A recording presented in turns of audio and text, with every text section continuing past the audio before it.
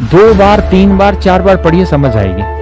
पता है मैं तो सरकारी स्कूल में पढ़ा था अपने गांव में, ठीक है, बाद में दिल्ली आए हम तो ट्रेन पकड़ पकड़ के।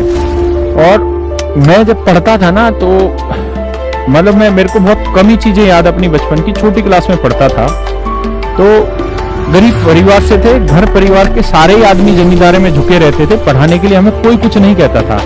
हमारे डंडे से पिटाई नहीं होती थी जैसे आजकल हमारे बच्चों की या तुम्हारी उम्र के बच्चों की हुई होगी, पढ़ ले हरामखोर पढ़ ले, ऐसा नहीं होता था। हमारे गांव में उस समय पानी नहीं होता था, मीठा खारा पानी था। हम 8-8 9-9 किलोमीटर दूर से लेके आते थे पानी, ठीक है। उस समय घर वाले पढ़ने की नहीं कहते थे, उस समय कहते जा खेत में पानी बढ़ाया, पुराने काम। छोटे छोटे बच्चे थे हम, 4-4 5-5 6-6 साल के, तब भी इसे हम काम करने लग गए थे, हमें कोई नहीं कहता था। मेरी एक ताई थी, वो घर में रहती थी, तो उसको मैं याद करके सवाल सुनाया करता था। तो मैं क्वेश्चन भी याद किया करता था और सॉल्यूशन, क्योंकि वो भी पढ़ी लिखी नहीं थी। तो उनको पहले मैं क्वेश्चन सुनाया करता था, फिर उसी क्वेश्चन का मैं आंसर सुनाया करता था।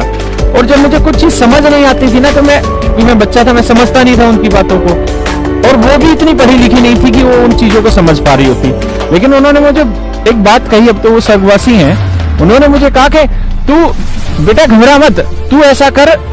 मेरा नाम था एक लोकल, जो भी मैं बताऊंगा नहीं। उन्होंने कहा तू घबरा मत, तू यूं कर, सवाल को 2-3 बार पढ़ते रहे, अपने आप समझ में आ जाएगा। भाई ये बहुत छोटी उम्र की बात है, जब मैं होगा 7-8 साल का हूँ तब की बातें हैं। और उनको ना क्वेश्चन की पता था ना उनको आंसर का पता था, मैं खुद ही क्वेश्चन सुनाता था, फिर उसी का खुद ही सॉल्यूशन सुनाता था। और तब उन्होंने मुझे ये बात कही कि क्वेश्चन को 2 बार 3 बार 4 बार पढ़, अपने आप उत्तर बता देगा।